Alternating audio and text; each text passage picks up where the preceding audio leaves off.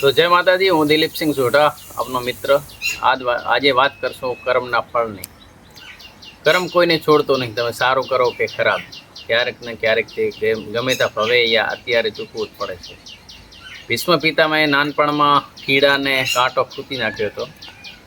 એ ફળ એમને બીજા ભવે ભોગવ્યો હતો મહાભારતના યુદ્ધમાં એમને બાણસૈયા પર અર્જુન દ્વારા તીરોની બાણસૈયા ઉપર ઉડાવી અને એ કષ્ટ ભોગવવું પડ્યું હતું. મતલબ કે ભગવાન જેવા માણસોને પણ એ ફળ ચૂકવવા પડે છે કર્મના. તો આપણે તો શું છીએ? તો સારું ફળ કરો, સારું ફળ કરશો તો સારા ફળ મળશે, ખરાબ કરશો તો ખરાબ. અને અત્યારે તો ફાસ્ટ જમાનો છે, અત્યારે તો ઝડપી ફળ મળે છે.